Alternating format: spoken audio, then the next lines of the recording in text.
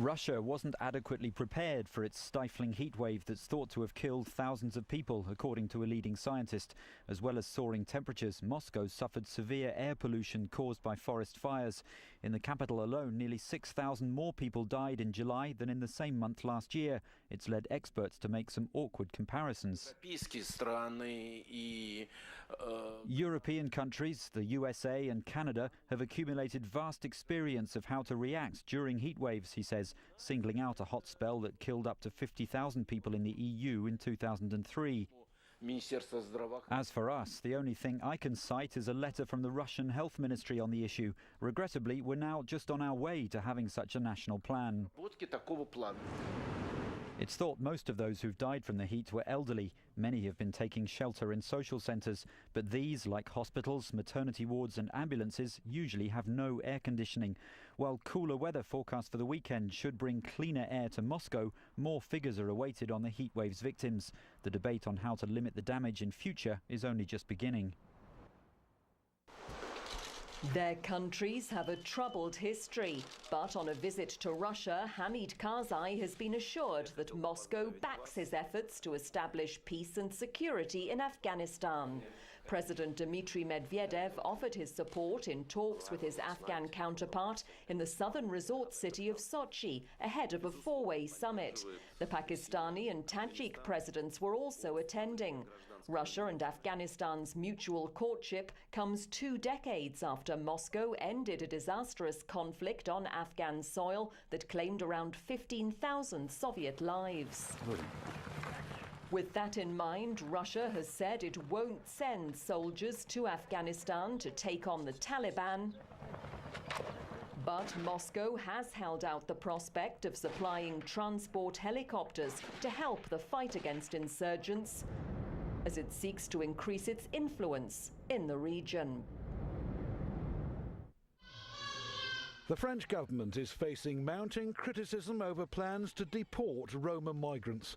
The first group of 79 people is due to be flown back to Romania on Thursday after President Nicolas Sarkozy ordered the dismantling of 300 illegal traveller camps. The Roma say they're being made scapegoats and there's nothing for them to go back to. I do not want to return to Romania. There are no houses, no work. There are many problems in Romania. Some 700 Roma face expulsion on commercial flights to Bucharest chartered by the French government. Each adult is being given €300 plus €100 for every child they take with them, and they will be biometrically tested to make sure they don't return and claim twice. Sheriff's deputy in the U.S. state of North Carolina, held hostage in his patrol car by a swarm of bees. He'd only pulled over to help a driver whose truck had broken down, but it was carrying 60 boxes of bees who swarmed around his car for 3 hours before beekeepers enticed them into a honey-laced box. I think it was a bit of a sting operation. The chief and his team of 10 officers have been suspended in the Philippines after a graphic torture video was released to a local TV station. The man in the mobile phone footage is believed to be a suspected thief in police custody. Human rights activists say it's just one example of ongoing abuses carried out by security. One area that seems to have survived the economic downturn is the gaming industry, as evidenced by a big turnout for Gamescom, Europe's largest video game trade show. It's being held in Cologne. Germany is the region's biggest market with over 21 million gamers. The industry is keen to show it's no longer about hunching over a computer in a darkened room with Wii-style controls rather than the traditional keyboard or joystick. The industry certainly seems to be pushing the right buttons in business terms, according to the German Interactive Entertainment Software Association. We just had our third most successful 6 months ever, and 2009 was an absolutely standout year. This year, revenues were down 4%, but we're close to our record earnings year of 2008. Taking a bit of a breather, but we don't think we're in a crisis. More than 500 exhibitors from 33 countries are attending the event. As part of it, Cologne's city centre has been transformed into a huge interactive game-playing area. General Motors is deepening its ties with the Chinese carmaker SAIC. They announced in Shanghai that they will work together on developing small vehicle engines and transmissions that use less fuel. It's a further expansion of a successful 13-year partnership. But SAIC's chairman would not comment on whether his company might invest in GM via its upcoming initial public offering of shares. A bumper debut for shares of China Everbright Bank on their first day of trading on the Shanghai stock market. They jumped 18%. The initial public offering of shares raised €2.5 billion. Everbright's debut was in stark contrast to the Agricultural Bank of China, which launched the world's biggest IPO in mid-July. Its shares have been lackluster ever since. Belgium is set to implement a radical plan to sterilise the country's cats, with those in animal shelters the first to be targeted. 37,000 cats ended up in shelters last year, with about a third having to be put down. Domestic cats will not be affected, say the authorities, for the moment. A company in southern China says it's come up with a novel way to beat traffic congestion. It's offering commuters the chance to rise above the rush hour crush and get a real lift home. The straddling bus is an extra wide and extra tall vehicle spanning the width of 2 car lanes. It sits on stilts, leaving the road clear for cars to pass underneath. Its makers say it can carry up to 1,200 passengers, running on a combination of solar power and electricity. Construction of a prototype.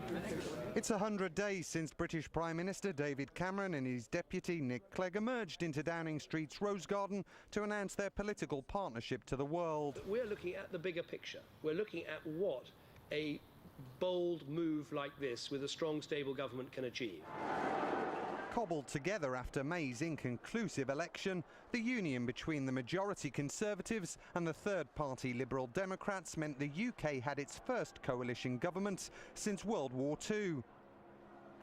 Hardly natural bedfellows, some predicted chaos, particularly in light of Britain's financial state. Despite such doubts, from day one the coalition made tackling Britain's big budget deficit its top priority. This is the unavoidable budget, and I am not going to hide hard choices from the British people or bury them in the small print of the budget document. Surprisingly smooth so far, opinion polls suggest the coalition continues to enjoy a honeymoon, even if there are some signs Liberal Democrat support may be waning slightly. But tougher challenges arguably lie ahead. The reforms being touted to Britain's health service remain one area of concern, especially for many Liberal Democrats, an issue which was not settled in the immediate aftermath of the election. Another key test, schools. The Conservatives' treasured academies bill is also a source of anxiety between the parties. But such internal differences could be irrelevant once the public starts feeling government cuts. Some experts predict major fault lines in the coalition may appear as the harshest fiscal medicine in decades takes effect.